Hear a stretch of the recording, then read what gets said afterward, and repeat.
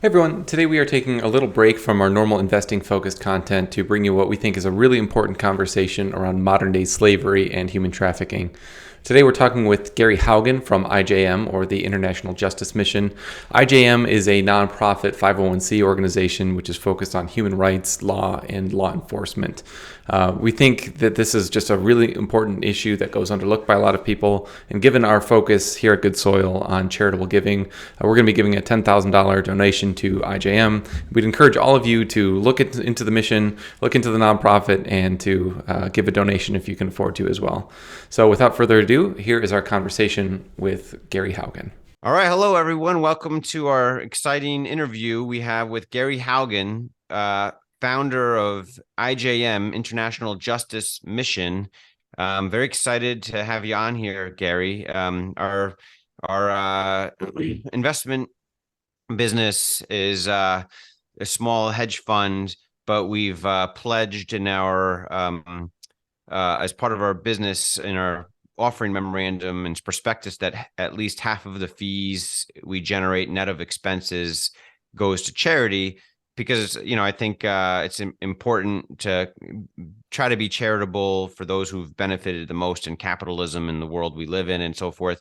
And I've been drawn personally to your charity over the years, and I'm very enthused of what you guys have accomplished and what you're doing, what you've done. So very excited to kick off 2023 with, instead of interview with something about researching stocks or investing industries, we're talking to Gary Haugen, who I think, I don't know one person better in the world right now who's done more for starting up a charity than you, Gary. You're very humble. I sat with you at a dinner recently, and I learned a lot about your story, and I can tell you're very humble, but what you have accomplished is just nothing short of incredible. Tell us a little bit about, what was your history before starting IJM?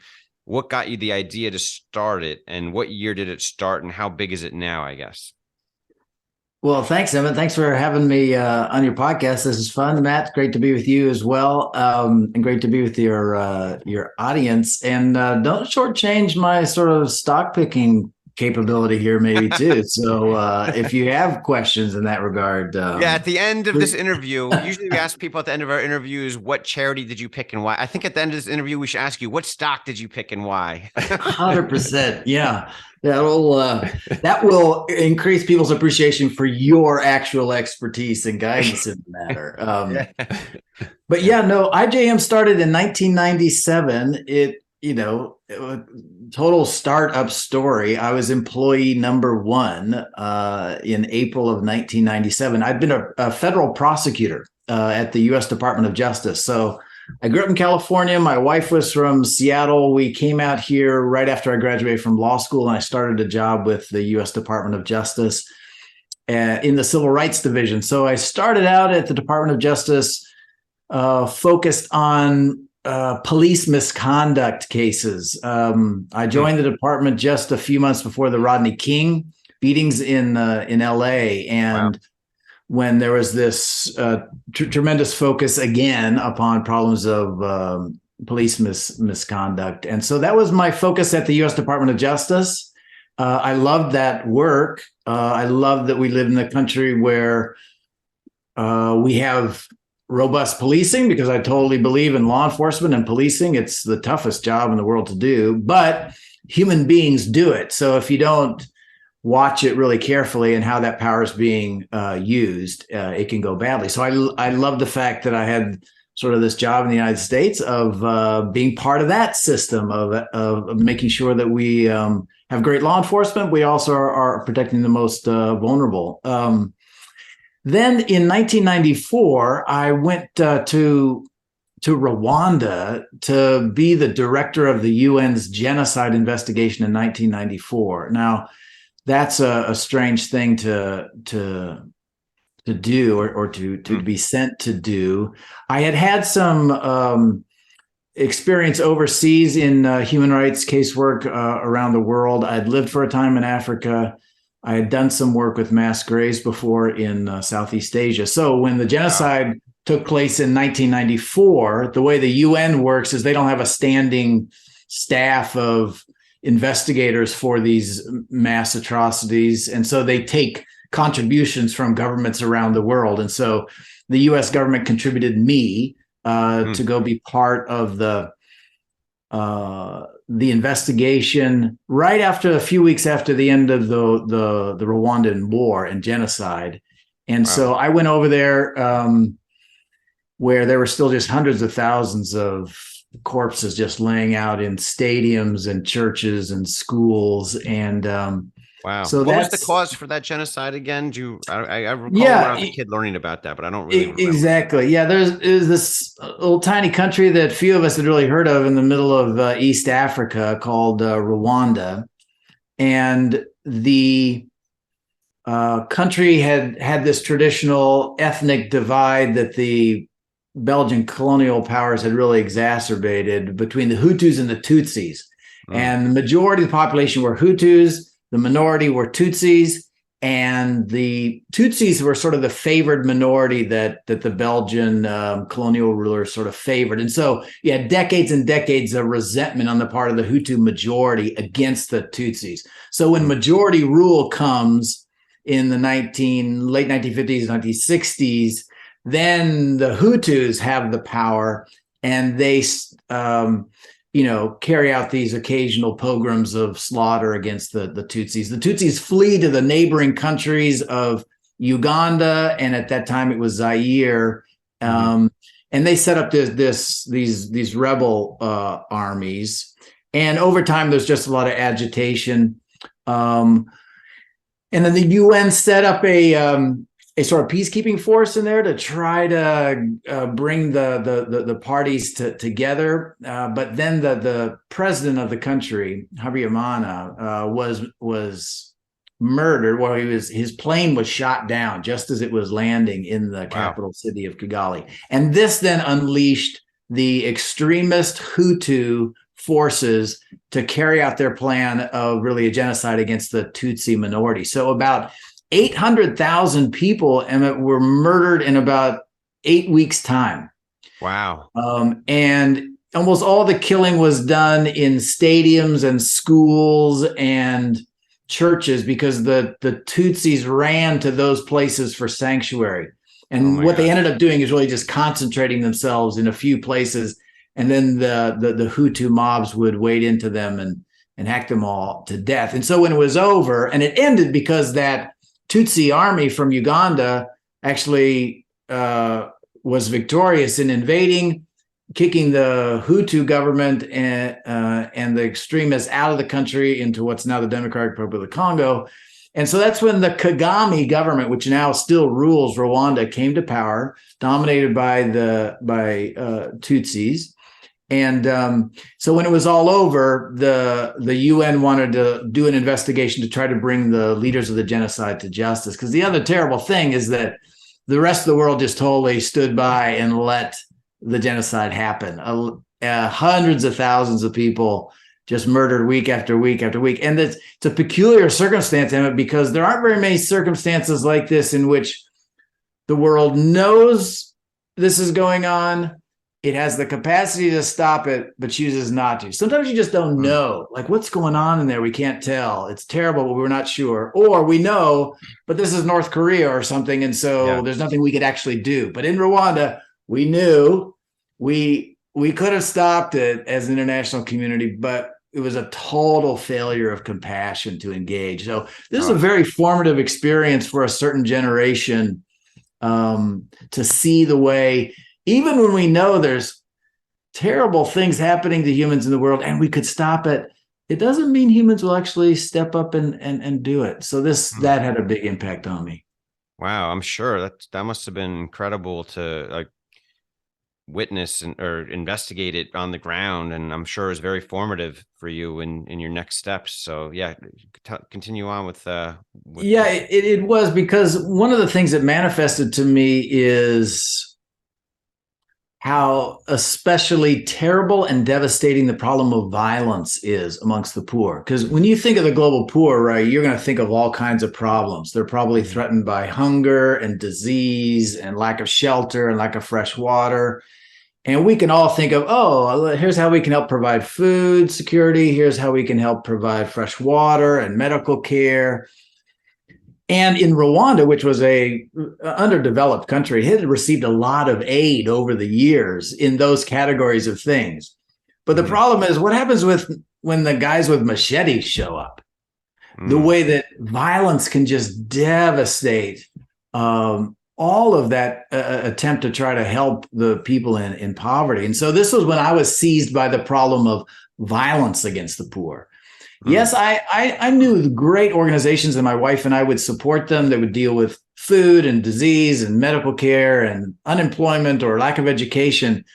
But I was seized by the problem of, yeah, but what about the problem of violence? And then over time, I became seized by the problem of violence against the poor that actually makes money, which is slavery. Because if you think about it, you really can't steal that much from a poor person. Yeah. But if you can make them go to work for you, oh, now you're talking about a lot of money, maybe. And so that's why we have this phenomenon, which we've ended up focusing on tremendously at IJM, on modern day slavery, human trafficking, because it's the form of violence against the poor that makes money. And so in 1997, I left the Department of Justice because I thought, hey, I would like to start an organization that responds to the problem of violence against the poor. And of course, it was just very small idea then. It was just like, hey, why don't I and a few friends just stand up a not-for-profit and let's take on some of these cases that we might hear of from organizations that are working amongst the poor and see if we can help out a few individuals. So that was the beginning idea, and it has just grown over 25 years now, where we have 1,300 full-time staff around the world who are these local indigenous teams of lawyers and criminal investigators and social workers who take on cases of violence against the poor. And we've now been able to bring rescue and restoration to tens of thousands of individuals over these 25 years. But it started out with, wow, I don't know how we're addressing the problem of violence, and I might not be able to solve it on a large scale, but maybe we can just help one or two people. And that's how it started. Wow. So I'm kind of curious, given your background in, legal, how did you kind of get involved in the kind of rescue part of it? Maybe could you share a little bit of time, like what are some of the current work that IJM, how has that morphed over the years into the kind of incredible stuff that you're doing now? It's a great question, Matt, because that's exactly right. As my background was in law, so I was very familiar with trying to prosecute the bad guy and the criminal, the abuser, after they've been caught, right? And it was sort of interesting because my history with human rights work or civil rights work is that, oddly, back in the day, they would send human rights lawyers to do casework, right? When I'm at the Department of Justice, actually, I'm going to go get the FBI guys to come, or women to come, and do the investigative part and to work to actually get the victim of the violence and abuse rescued out. And so that's why IJM started out with not just lawyers, but with criminal investigators and people who could work with the authorities to actually do rescue operations. So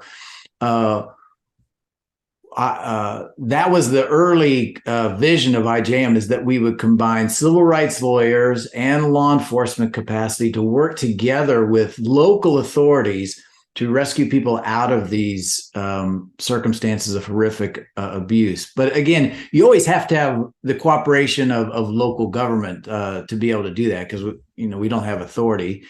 And we quickly transitioned to, instead of having Americans like going over to other people's countries and doing this casework, we built local national teams of Cambodians or Bolivians or Kenyans who would actually do this casework now. But they do undercover investigations with the authorities to identify where people are held in slavery or suffering other kinds of violent abuse, work with the authorities to get them out.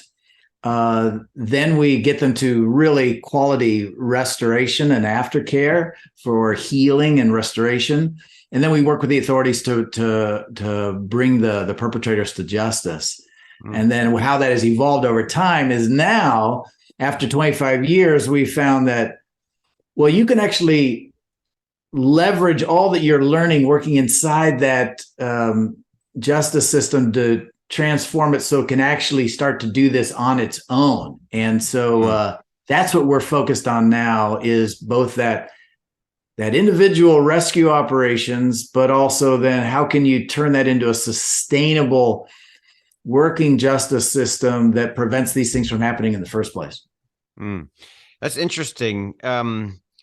Leads me to my next question is, do you maybe perhaps like have an example of, in the early days, what one of the an example of a rescue operation you remember, maybe one of the first ones you did and how you were new to it and how it operated, and then maybe tell us about an example of a more recent one that, how you've grown, how you do it. And if you don't mind, I'm curious. Oh, you bet. Over 25 years.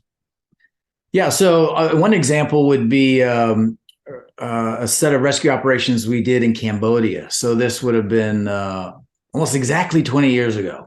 Okay. And we had been working individual cases of child sex trafficking, which is like the most horrible thing in the world. You can't imagine this exists, but there is actually a global business of child rape for profit. And they abduct these kids into brothels and other commercial sex places.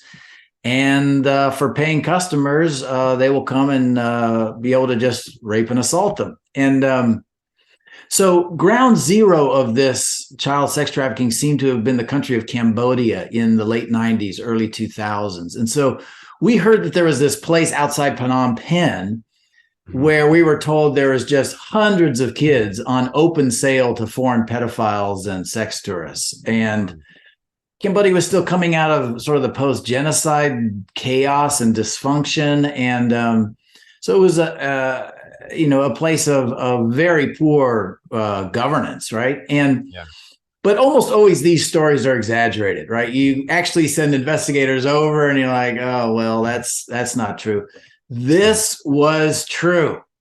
I went to, it was a part of Phnom Penh called Svay Pak. It was just about, I don't know, 15 minutes by motorcycle outside of the city center. And literally, we as Western males could just go down the main street and there would be hundreds of children lined up outside. And when I say children, I mean teenagers, right? Like 13, 14, 15-year-old, 16-year-old girls just lined up.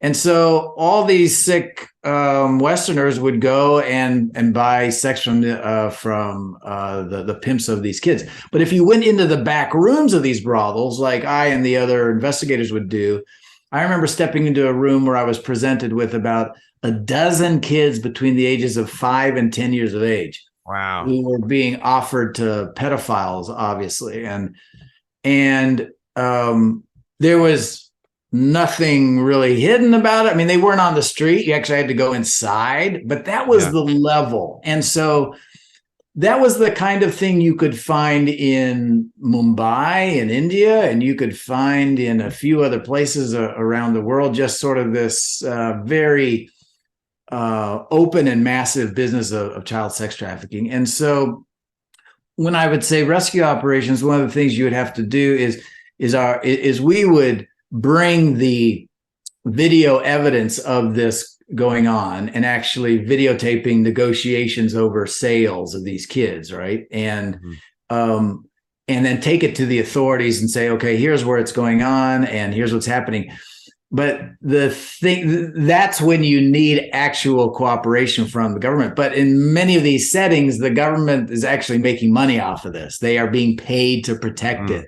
So that was in that particular case, we had video evidence of more than 40 kids under the age of like between 5 and 13 years of age who had videotaped actual offers of sale, took that to the authorities. We were able to do a rescue operation that rescued about 38 of those children out, get them to long-term aftercare. I'm still in touch with some of those kids 20 years later. Wow. But that was a typical kind of back in the day kind of way of operating. Now, what IJM does is it trains the local authorities to be able to do this themselves and equips and empowers them. And IJM does it through its local Cambodian team of Cambodian lawyers, Cambodian criminal investigators, Cambodian social workers. And they work with civil society and local law enforcement to root out the corruption, and then train the capacity to actually find these kids. And then the main thing is actually to send the bad guys to jail. Yeah. Because it turns out that people are doing this because they can get away with it. So in Cambodia, we pursued what we called this justice system strengthening project over about a 10-year period of time, a little less than that.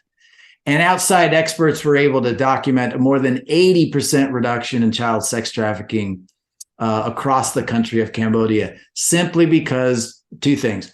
The bad guys were going to jail regularly, and the survivors were getting great services. And when you put those two things together, great law enforcement and great survivor services, slavery just collapses. And this is really kind of the amazing good news that IJM has discovered over the last 2 decades. This stuff is totally stoppable.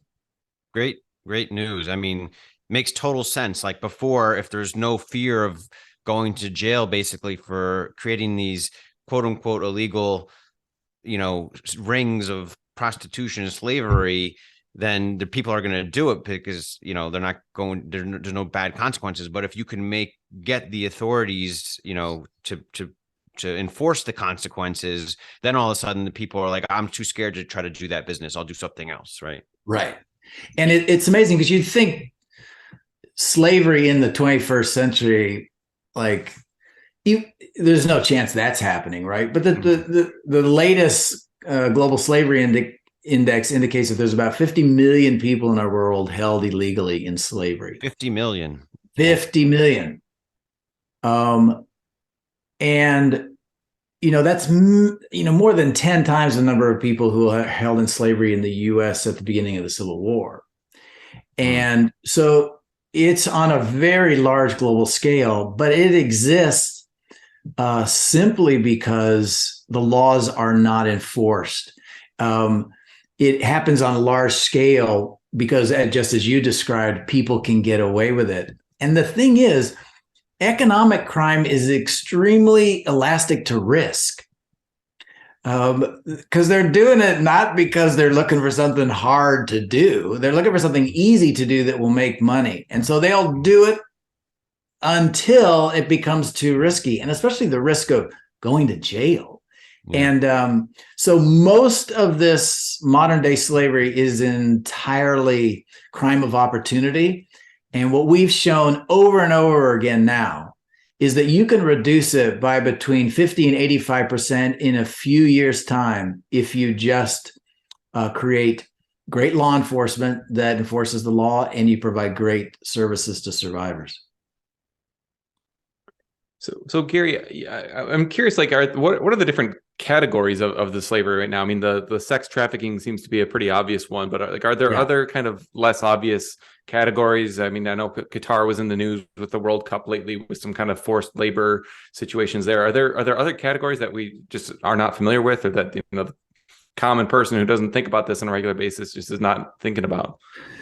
Sure. And this is one of the reasons why it's hard to spot, right? Because apart from sex trafficking, which is kind of an illicit business anyways, the commercial sex industry, otherwise, all the other slavery is just forced labor in perfectly legitimate businesses.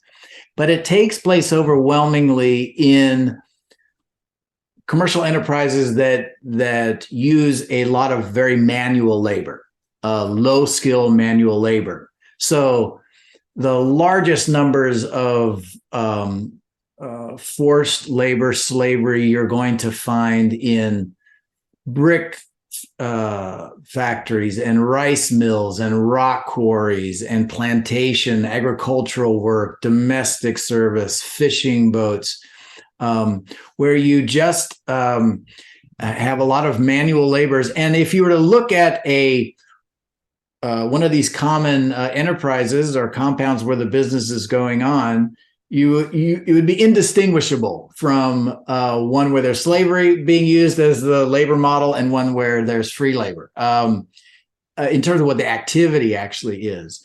And so that's why it's very hard to spot, because you have to know, oh, are these people here freely because they're here to take a wage, or are they being compelled here by force? And so that's what the investigative part requires. But this is why you can picture almost any enterprise and almost any product, and especially in very complex supply chains, there is some sort of manual labor involved somewhere in the supply chain, and there's going to be risk of slavery inside that supply chain. So that's why it's not only a terrible thing, but it's a terrible thing that is enmeshed in our supply chains for around the world, and it's going to require some concerted effort to root it out. But the good news is we actually know now how to do that, and we just need to bring focus and effort to make it happen. Does that give a little clarity, Matt? No, that's really helpful, and I'm kind of equal parts horrified by this conversation, but also really encouraged. I mean, the fact that there's 50 million modern day slaves is just, I mean, it's hard to wrap your head around that. But at the same time, you're saying, you developed these techniques, and, over, many decades of working on this problem have developed really actionable, provable methodologies to kind of root out this stuff. So what are some of the biggest issues, or like what help do you need right now to, kind of get, is it bigger scale for you guys? Is it more buy-in from, supply chain partners? Is it, more help with authorities who are, maybe captured by what are the biggest bottlenecks you guys face right now? Yeah, the first thing is this, just what we've identified, Matt, is most people, for good reason, just have no idea, right? They either have no idea that there are tens of millions of people in slavery in the 21st century, or they've started to get some awareness now of human trafficking, but they also have no idea, oh, this is actually totally stoppable. So we go back and forth from being either oblivious or like in total despair. And there's lots of problems in the world. I don't know how you'll solve that. Like, that's complicated, and I don't even know where you begin. This one is not one of those things. You could, by the end of this decade, get rid of 50 to 80%, 85% of this in the world by simply bringing to bear quality law enforcement of the laws and great services for survivors. Because the problem is not that this isn't against the law. Right, it's against the law in every country, in every jurisdiction. Humanity fought a struggle over a few hundred years, but we got that part cleared up. Yeah. But as you pointed out, just because it's against the law, if it's not actually enforced, it doesn't really matter to the criminals. But if it is enforced, it matters entirely to the criminals, and they get out of the business. So that's the first thing we need, Matt, is just more conversations like this, which is why I'm so grateful we're having it. The other is awareness of what it takes to stop it, because there's a lot of confusion in some ways. They're like, well, slavery is a product of poverty because almost everybody who's taken into slavery has been in poverty, and so maybe we got to end all this poverty or all this vulnerability in order to end the slavery.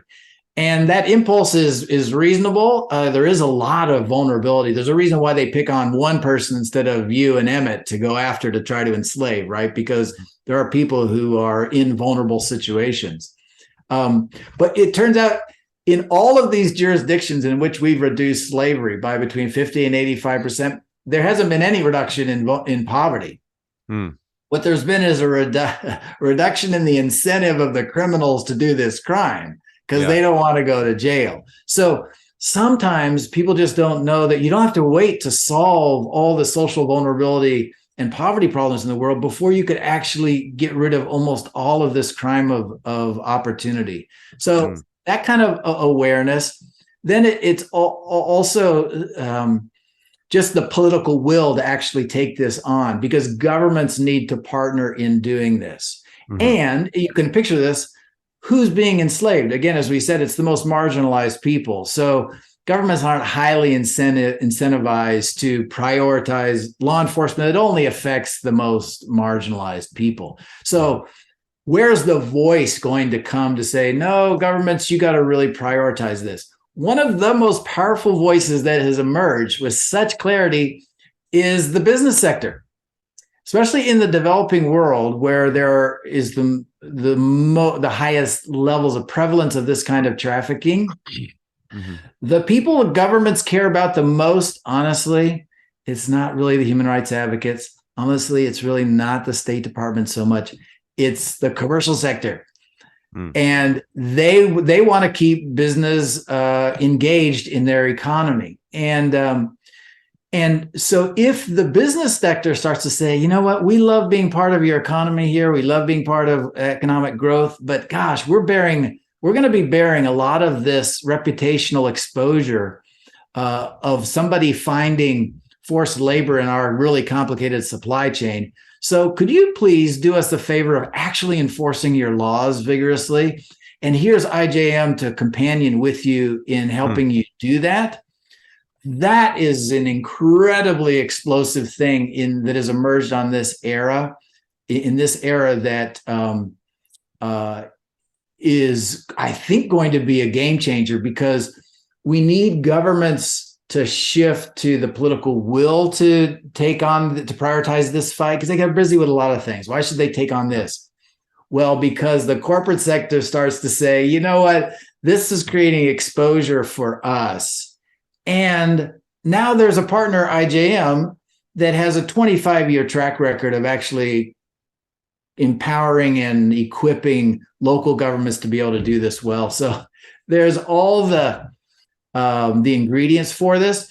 And then finally, there's also, you're right, there's also a need for financial support for this movement of change, right?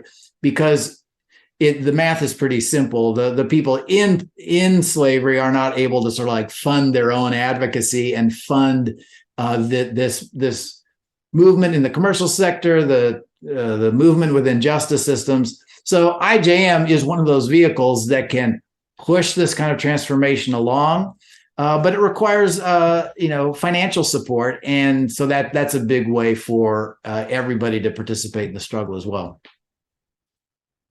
That's great. So there's actually like companies and corporations like getting you guys engaged with authorities to help enforce the laws to, limit their exposure of being able to work in those countries or jurisdictions, so they don't, that's a good incentive cycle to encourage, I think, for sure. Oh, 100%. A great example of this is Walmart.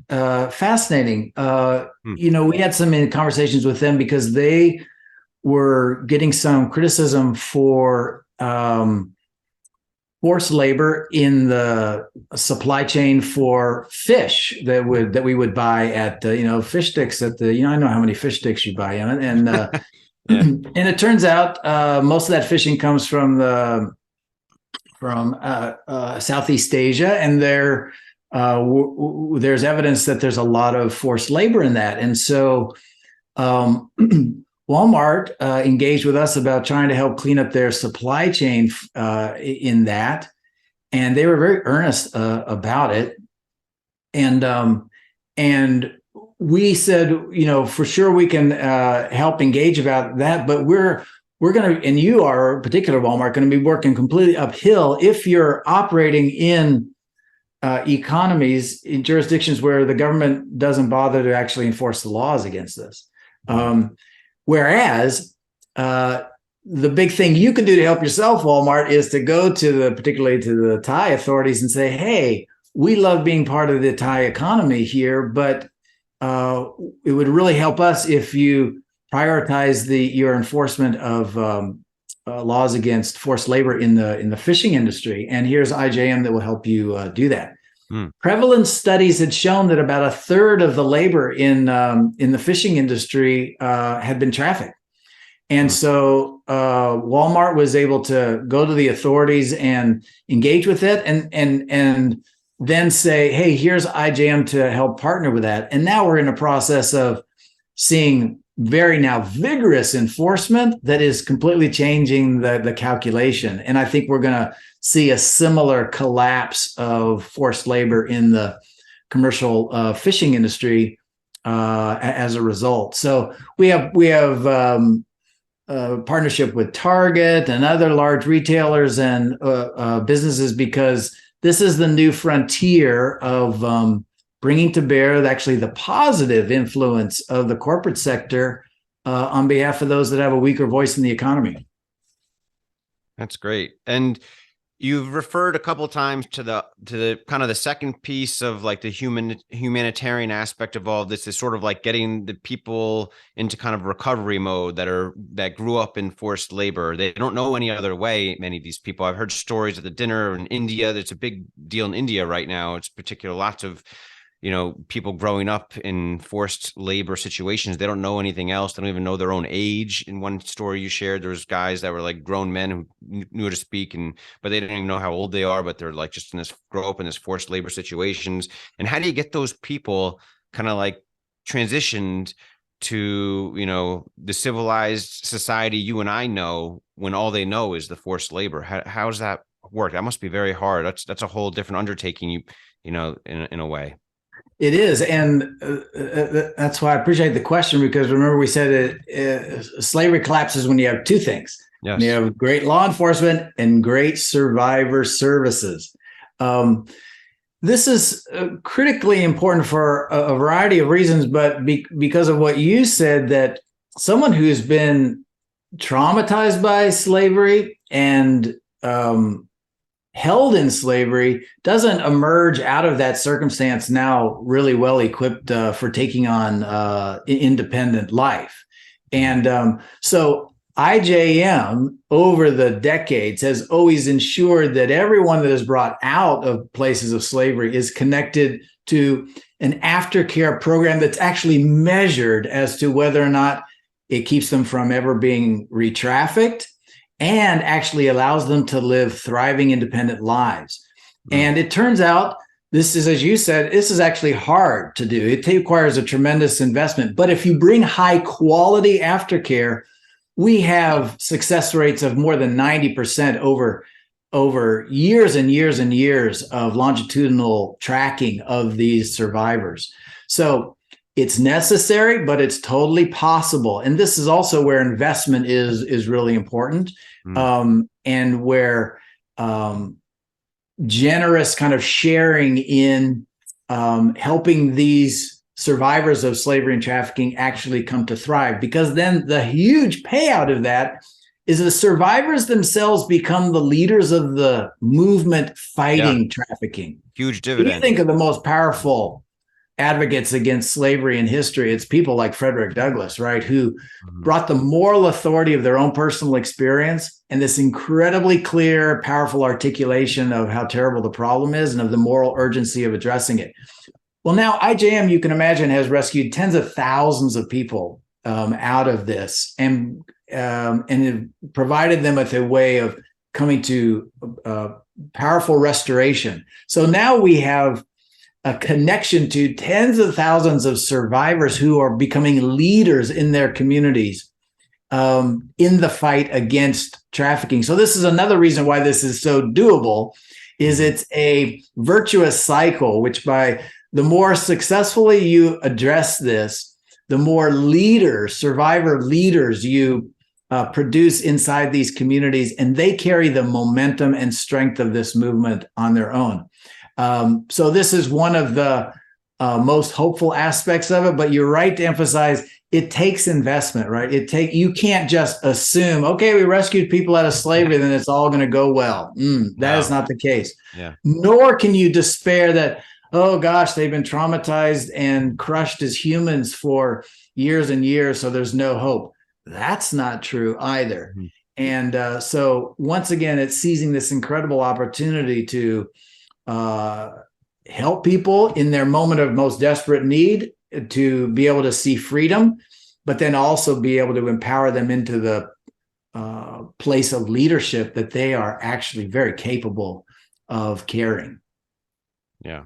You could imagine if you rescued a whole bunch of people, but didn't have that restorative care, sort of like, orphanages for people coming out of the child slavery to all live in together, to be properly coached on how to become independent. If you didn't have that second piece, just rescuing them, then turning them back out loose, kind of like to expect them to live, they would just become like homeless people probably, and maybe come back into sex trafficking or whatever human slavery they were originally saved from, right? I mean, yeah, it's just as absurd as you articulate there. I mean, you can understand how you would think, oh, we got them out, then maybe the bad guy's in jail now, and it's solved, and it'd be easy to imagine that that's possibly going to work out okay.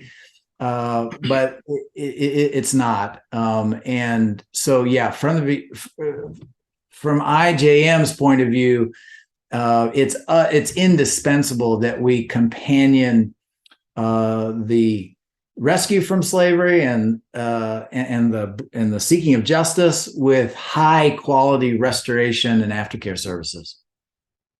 What was the joy of it too is that we actually now have IJM staff who were rescued many years ago from slavery, and now they've gone to law school and they're prosecuting those crimes, or they're now qualified social workers and serving in these communities. The inspiring story of what happens when a human is not only rescued out of abuse, but also then empowered to lead the life of leadership that they had the potential for, it's glorious. Yeah, I can't imagine anything more fulfilling than actually being, directly related to rescuing people from lives of slavery. And I mean, you said just a minute ago that your IJM has rescued tens of thousands of people, and that's just so remarkable. I mean, how many lives, how many, just families have been altered forever for the better because of the work that you guys are doing. It's incredible. And at the same time, that the scale of the problem seems so large that there's still so much to go. So I'm curious, yeah. You strike me as an optimistic guy, and you mentioned this kind of positive flywheel effect of as you get more people out, you have more advocates, and you're have a more replicable system that you can kind of go out and implement in other places. But are you optimistic that we can actually solve this challenge in a couple decades or in our lifetime? Or does this tend to be something of like a whack-a-mole problem where you solve the fishing problem, but then they show up in another region as slaves for a mining operation? How does do new problems pop up, and then to what extent do you think the problem in its entirety is actually solvable? Yeah, no, I have been at this for 25 years, and I have never been more optimistic about actually being able to solve the problem. I mean, you're never going to make any terrible human event go away completely, right? I mean, there's always going to be like the odd event, but it can totally be within our lifetime the case that slavery is no longer part of the human economy. It may be the occasional weird event that happens, but you could, by the end of this decade, get rid of 50 to 85% of it in places where right now there are millions of people held in slavery. And the reason is, after tens of thousands of these individual cases, we've clearly identified now what stops it. Great law enforcement, great survivor services. And we've identified 50 jurisdictions, about 50 jurisdictions around the world now, which by the year 2030 could achieve a 50 to 85% reduction of the levels of forced labor and slavery within their jurisdiction. And not only that, but IJM and partner organizations are already in existence to be able to carry out that transformation. So you're right. After all the individual rescues, when you've spent time with someone who is in slavery, what you would really want is for it to have never happened in the first place.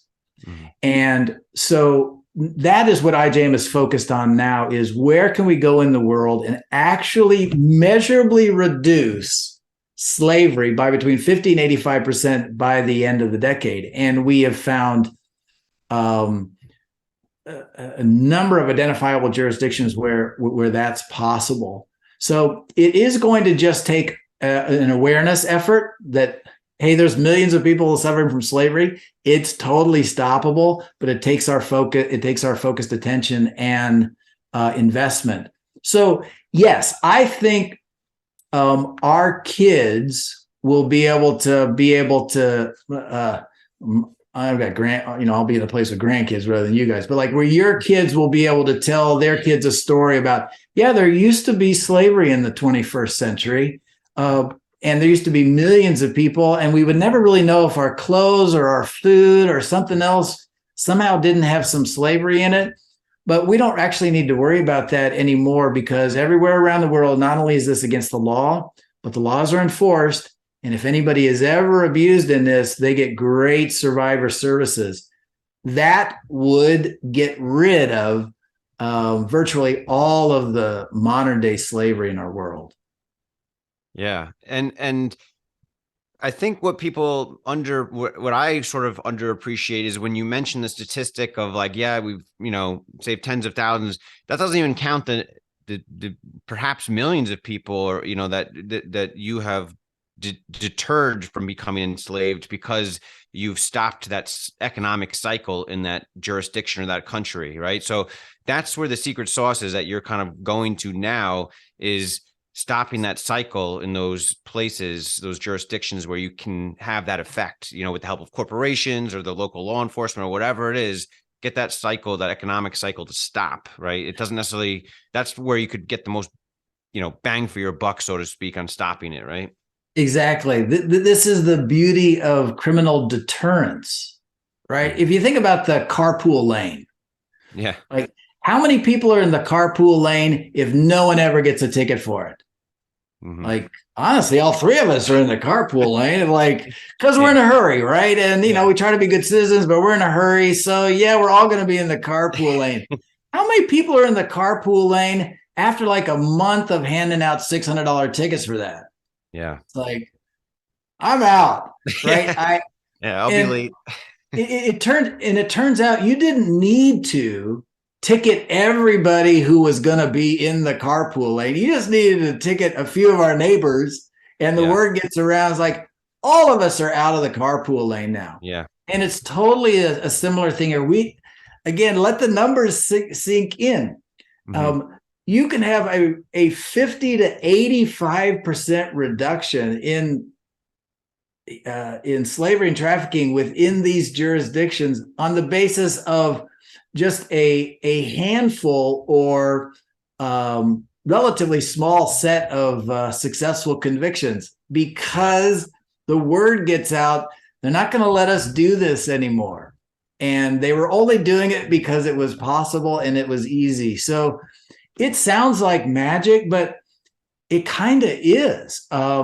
That's why you and I are having a nice day today, is because we live in a society that has a community that has a relatively functioning law enforcement system. So nobody's really completely disrupting and making our day impossible because of violence and crime.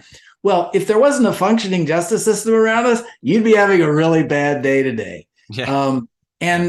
And so sometimes this is the invisible oxygen we breathe, but we forget about. But there are places in the world where they don't get the benefit of that. And so modern day slavery is allowed to happen.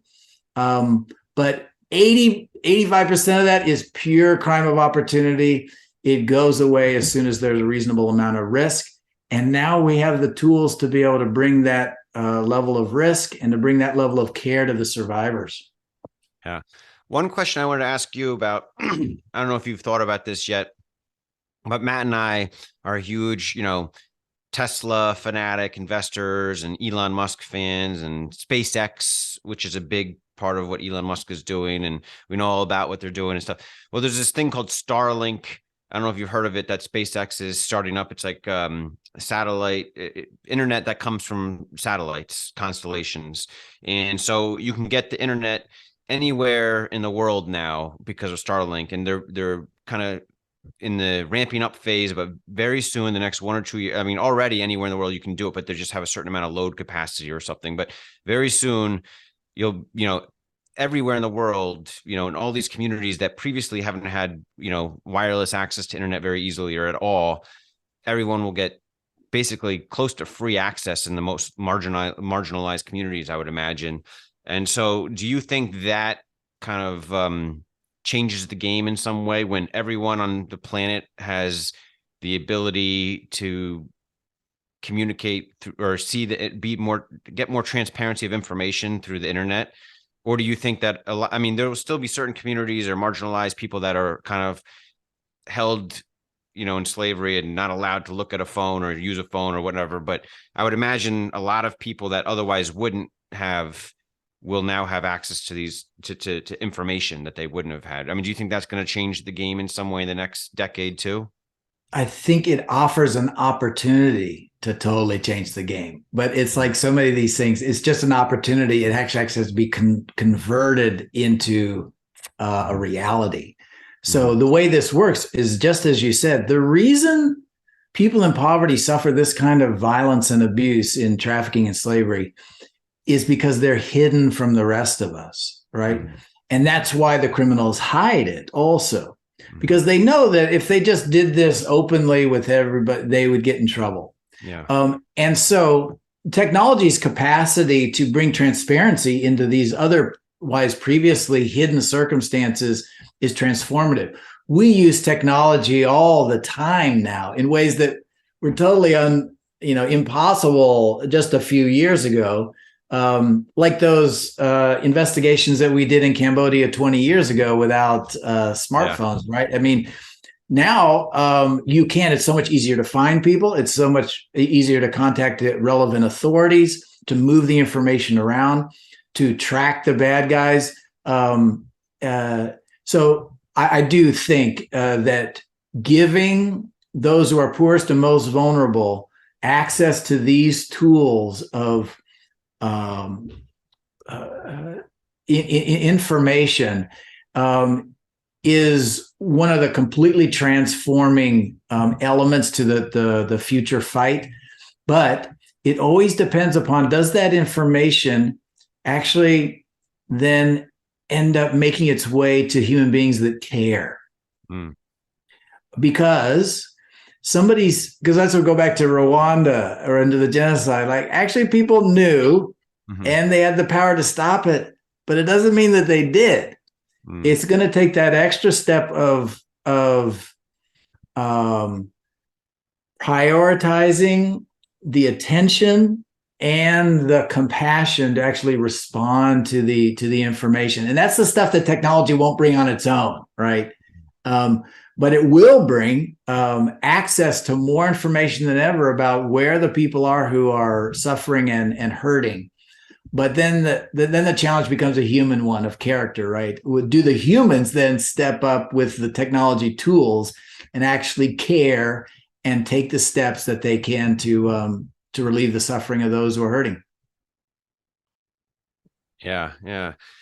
Gary, this has been a really enlightening conversation. I really appreciate you coming on. Matt, do you have any other questions or anything? We're close to the end of our hour here. Do you have any other questions you wanted to squeeze in before we let Gary go?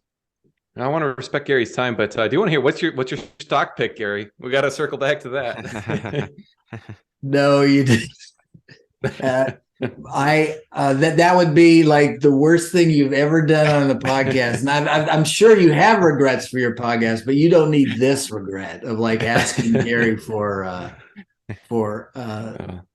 stock picks. But thanks for humoring me. Absolutely echo Emmett's comments. Thank you so much for coming on here. I know this is certainly a topic that is so underappreciated and just not the awareness is so low. So we were happy to kind of take a detour from our normal kind of type of video to bring this. So I want to thank you so much. And where can people find more information about IJM and what can they do to make a donation or what other kind of help do you need? Yeah, please. It is true that, we actually know what stops this, and we actually have the tools to end it. But we just need people to share in the delivery of that solution to the places of need. And in many, as you know, it works like it's capital that makes that possible, the miracle of capital. So would love investment in the transformation that's possible. Just go to ijm.org, the website, and get more information about how to be involved. If folks would like to make a serious investment, we have people all over the world that are available to meet with people and kind of go deep into the investment and the possibilities. And so people can have the satisfaction of knowing that they've made choices with their wealth and capacity that brought freedom and rescue to thousands and thousands of people. And that's a pretty joyful thing. So we would love to engage the conversation. Great. Yeah. Thank you, Gary. Thank you so much for your time. We follow Elon Musk a lot in our channel and all of our audience, who's like, we see as the greatest entrepreneur of our time. You might very well be the greatest, I don't know what you call it, charitypreneur or something of our time with setting up IJM and how big and how much help and good it's doing. So, it's really impressive. And we're grateful that you came on to chat with us and grateful that you exist, Gary. You've, probably millions of people who don't even know they would have been enslaved if your organization didn't exist. So we thank you for that. Thanks, Emmet. You're very kind. Thank you guys for sharing your platform with us.